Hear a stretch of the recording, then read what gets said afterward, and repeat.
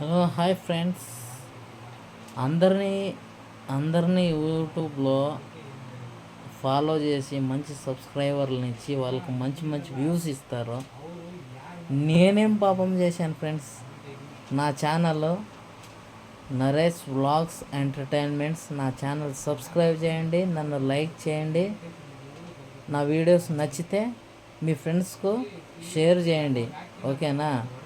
ఏదో entertainment video చేస్తుంటాను. అప్పుడప్పుడు నాకు పవనన్న మీద ఎవరైనా కామెంట్స్ చేస్తే, విమర్శలు చేస్తే వాళ్ళ మీద ఎగిరి పడతాను. సరేనా?